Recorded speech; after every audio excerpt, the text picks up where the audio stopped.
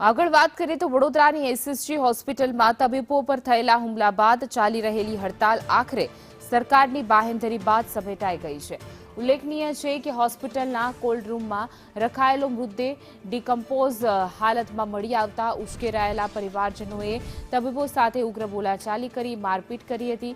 આ ઘટનાના વિરોધમાં તબીબો સુરક્ષાની માંગ સાથે હડતાલ પર ઉતરી ગયા હતા। વધુ વિગતો સાથે મારા સંવાદદાતા કૃણાલ શર્મા જોડાઈ ગયા છે। જી કૃણાલ, હવે હડતાલનો અંત આવ્યો છે, શું છે અપડેટ?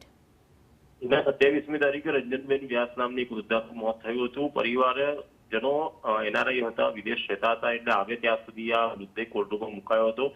જ્યારે તેઓ આ મૃતદેહ લેવા ગયા ત્યારે ડિકમ્પોઝ હાલતમાં મળ્યો હતો, જેને લઈને ત્યાં ઉપસ્થિત તબીબી સ્ટાફ સાથે ગેરવર્તન ઝપાઝપી હતી।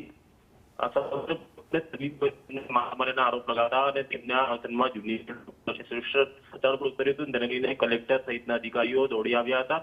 સરકાર સુધી આ રજૂઆત થઈ હતી અને આખરે સરકાર તરફથી તેમને સુરક્ષા પૂરી પાડવાનો વધુ સુધારો કરાશે તેવી બાંહેધરી હડતાળ સમેટાઈ છે। જી કૃણાલ, સમગ્ર માહિતી આપવા બદલ આપનો આભાર।